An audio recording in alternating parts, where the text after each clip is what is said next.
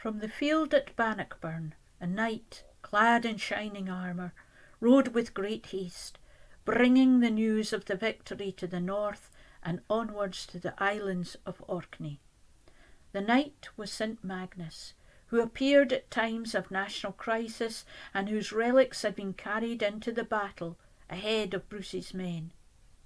In medieval Scotland, the Orkney saint whose self-sacrifice today is seen as being that of a peacemaker was then also a figure of martial importance. Orkney had sent upwards of 300 men to fight alongside the King of Scots, Robert Bruce.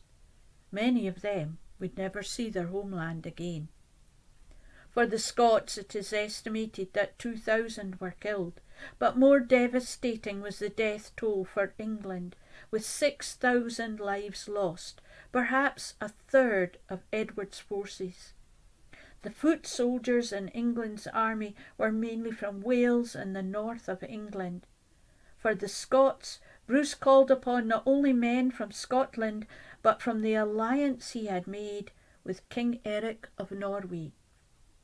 In 1314, Orkney was ruled by Earl Magnus V as part of the Kingdom of Norway. Magnus was to be the last in the line of Angus Earls in the islands. Due to their geographical location on a vital sea route, the islands have always had strategic importance, both militarily and for trade. Treaties and international agreements were cemented with marriages, and so it was that Scotland, England and Norway were linked. King Eric of Norway had married for a second time, and this was to Isabella Bruce, Robert's older sister. The Bruces were a powerful and influential family. Marrying into the Norwegian royal line is indicative of their high status in medieval Scotland and of the importance of forging those links with northern neighbours.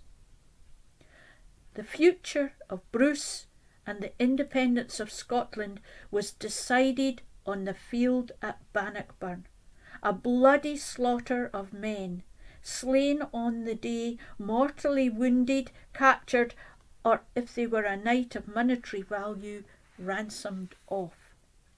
The field was littered with the dead and dying of men and horses. The bloody consequences and price of the battle in lives lost or maimed was captured in the fictional account by Orkney's George Mackay Brown in Beside the Ocean of Time.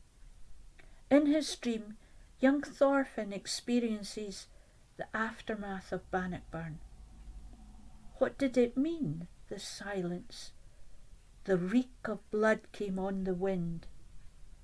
This was no battle fought at a distance, but hand-to-hand fighting with the English force packed so tightly together they could not manoeuvre to counteract the onward pressure of the Scots' disciplined schiltrons. Edward's horse was killed from under him, and with their king in great danger, he was escorted from the field. Seeing the battle was lost, those who could fled. The scavenging of the dead and the dying began. The Orkney men who had answered the call of the King of Norway to honour his treaty with the Scots were not mercenaries or soldiers of fortune, but men bound by a treaty to the cause of the Scots and their king. Earl Magnus V of Orkney was a signatory to the Declaration of Arbroath in 1320, underlining the continuing strength of the bond between Norway and Scotland. Scotland's confidence and growth as a nation continued. Its influence in Orkney grew too, expanding ever further into the life of the islands.